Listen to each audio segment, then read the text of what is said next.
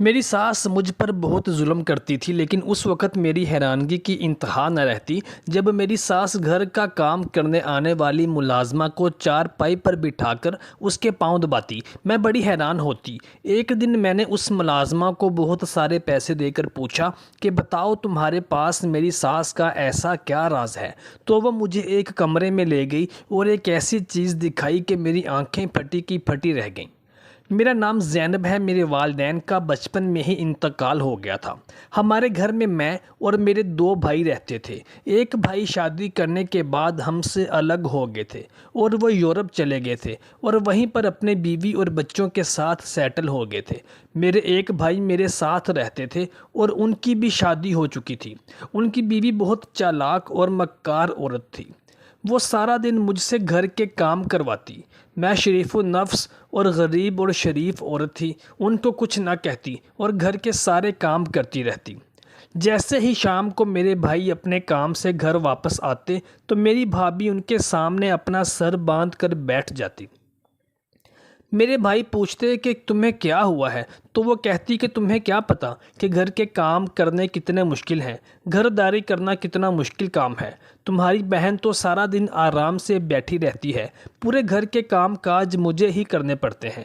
میرے بھائی مجھے جانتے تھے، وہ مجھ سے بے حد پیار کرتے تھے اور جب بھی آتے سب سے پہلے میرا پوچھتے، مجھے پیار کرتے، پھر اپنی بیوی کے پاس جاتے تھے۔ یہ بات میری بھابھی کو برداشت نہ تھی، اس لیے وہ مجھے میرے بھائی کے سامنے بدنام اور ذلیل کرنے کی ناکام کوششیں کرتی رہتی تھی۔ ایک دن میری بھابھی کی دوستیں ہمارے گھر آئیں تو میری بھابھی نے ان کو دعوت دینے کا اہتمام کیا اور سارا دن مجھ سے کام کروایا۔ میں نے چوں تک نہ کی اور جو انہوں نے کہا سارا کام کرتی رہی۔ شام ہوئی تو میرے بھائی گھر آئے تو میری بھابھی نے حسب معمول تھکاوٹ اور کام کرنے کی ایکٹنگ کی۔ تو میرے بھائی نے پوچھا کہ تمہیں کیا ہوا؟ تو کہنے لگی کہ آج آپ کے رشتہ دار آئے تھے تو میں ان کی خدمت میں لگی ہوئی تھی، اس لیے میرا یہ حال ہو گیا تھا۔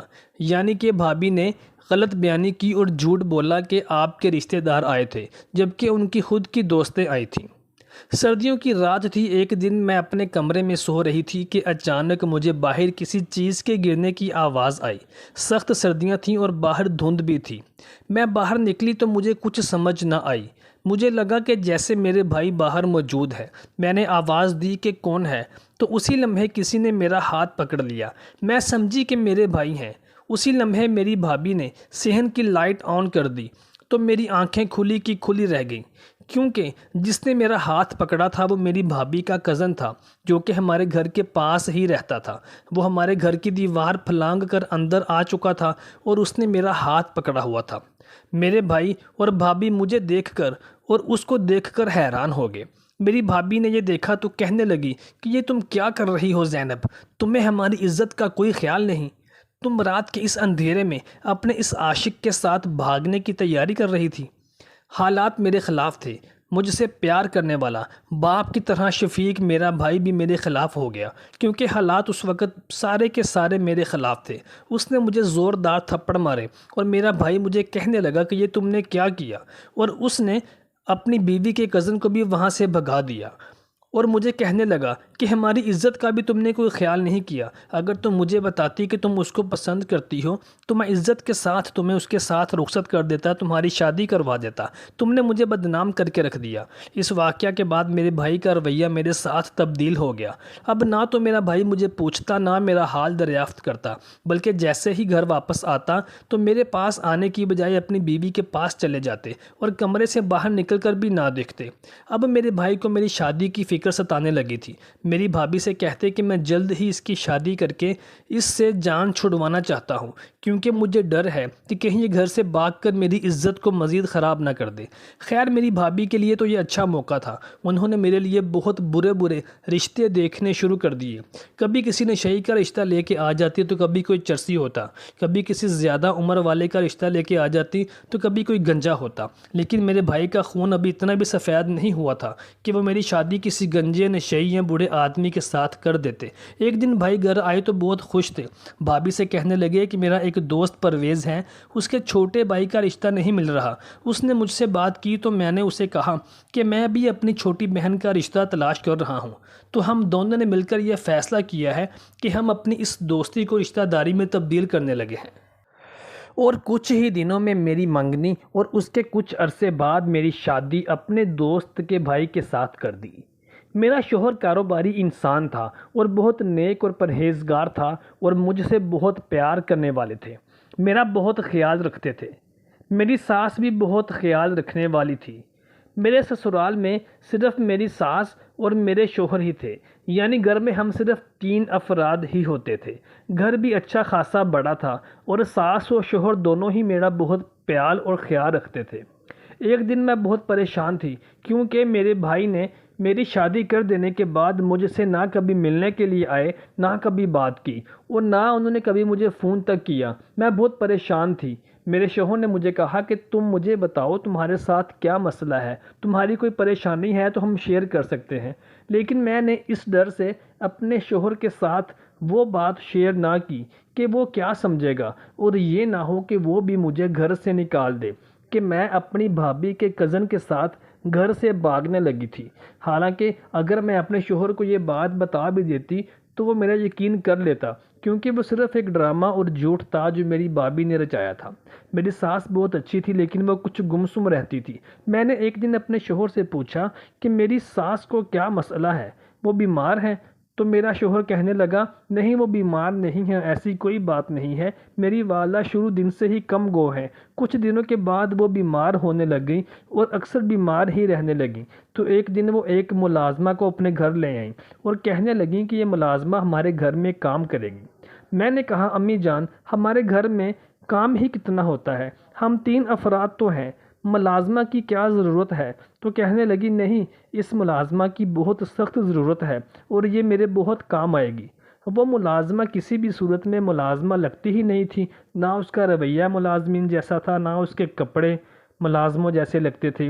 ایک دن میں نے دیکھا تو میری ساس نے اس کو اپنے چارپائی پر بٹھایا ہوا تھا اور اس کے گلے لگ کر رو رہی تھی اور نہ جانے کیا راز و نیاز کی باتیں کر رہی تھی اور پھر اس کے پاؤں دبا رہی تھی۔ میں بڑی حیران ہوئی کہ آخر کیا ماجرا ہے، میری ساس اس ملازمہ کے ساتھ اس طرح کا برتاؤ کیوں کرتی ہیں جیسے یہ ان کی کوئی اپنی جاننے والی ہو۔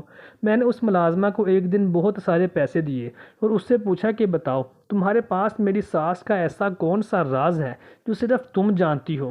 وہ منع کرنے لگی، لیکن میں نے اس کو پیسے دیے اور کہا کہ مجھے لازمی بتاؤ۔ تو ملازمہ مجھے ایک کمرے میں لے گئی اور مجھے کہنے لگی کہ اس نے مجھے وہ بات بتائی۔ اسے سن کر میں حیران اور پریشان ہو گئی اور سر پکڑ کر بیٹھ گئی۔ مجھے یقین نہیں آ رہا تھا کہ میری ساس ایسا بھی کر سکتی ہے۔ باتیں کرتے کرتے ہمیں معلوم ہی نہیں ہوا کہ میری ساس اس دروازے کے باہر کھڑی ہماری باتیں سن رہی تھی۔ اچانک وہ دروازہ کھول کر اندر آ گئیں تو میں سر جھکائے بیٹھی ہوئی تھی اور میری ساس کی آنکھوں میں آنسو تھے۔ میں نے اپنی ساس سے پوچھا کہ والدہ یہ ملازمہ کیا کہہ رہی ہے؟ تو ساس نے کہا، ہاں بیٹا یہ سچ کہہ رہی ہے۔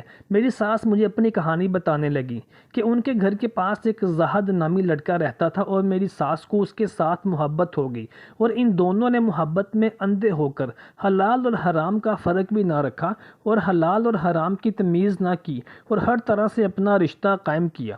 میری ساس نے اپنی ماں کو بتایا تو میری ماں نے کہا کہ تمہارا باپ کبھی بھی نہیں مانے گا، وہ تمہاری شادی زاہد کی بجائے کہیں اور کرے گا، کیونکہ تمہارے باپ نے بچپن میں ہی تمہاری منگنی اپنے کسی دوست کے بیٹے کے ساتھ کر دی تھی۔ لیکن ایک دن میرے پیٹ میں اچانک شدید درد اٹھی اور مجھے الٹیاں آنے لگیں۔ میں ڈاکٹر کے پاس گئی تو ڈاکٹر نے جو بات کہی وہ سن کر تو میرے پیروں تلے سے زمین نکل گئی۔ ڈاکٹر نے کہا کہ میں حاملہ ہوں۔ میری ماں اور میں ہم سر پکڑ کر بیٹھ گئیں کہ اب کیا کریں۔ گھر جائیں گی، گھر جا کر بتائیں گی تو میرا باپ اور بھائی مجھے مار ڈالے گا۔ تو میری ماں نے بہانے سے مجھے اپنے ساتھ میری خالہ کے گھر لاہور لے آئی اور میرے باپ اور بھائی سے کہا کہ میری خالہ اکیلی رہتی ہیں، بیوہ ہیں اور بیمار ہیں، تو میں کچھ دن ان کے پاس رہ کر آؤں گی۔ وہیں پر میں نے اپنی بچی کو جنم دیا اور اپنی اس بچی کو خالہ کے پاس ہی چھوڑ دیا، کیونکہ میری خالہ اکیلی رہتی تھی۔ میری خالہ نے اس کو پال پوس کر بڑا کیا جب میں گھر واپس آئی تو میرے والد نے میری شادی وہیں پر کر دی جہاں انہوں نے بچپن میں طے کی تھی اور وضاحت کے ساتھ نہ کی۔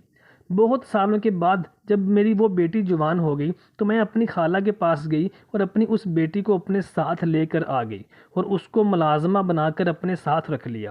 میری ساس رو رہی تھی اور کہہ رہی تھی، بیٹا اپنے شوہر سے اس بات کا ذکر مت کرنا کہ یہ ملازمہ اصل میں میری بیٹی ہے، ورنہ میری زندگی عذاب ہو جائے گی اور میں اپنے بیٹے کے سامنے شرمندگی سے پانی پانی ہو جاؤں گی۔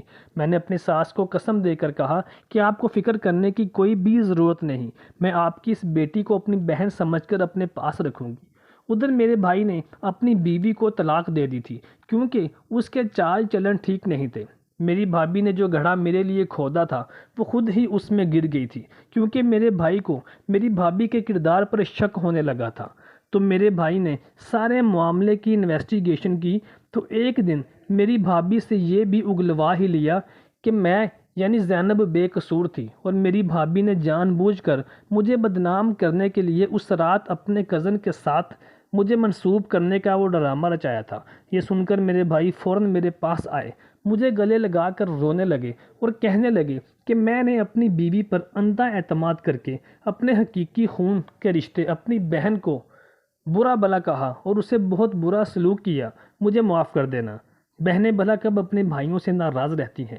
میں نے فوراً تمام پچھلی باتیں بلا کر اپنے بھائی کو معاف کر دیا اور اپنی ساس کی اس بیٹی کے ساتھ اپنے بھائی کی شادی اس کے ساتھ کر دی۔ اب ہم سب ہنسی خوشی زندگی گزار رہے ہیں اور میری ساس میرے صدقے واری جاتی رہتی ہیں۔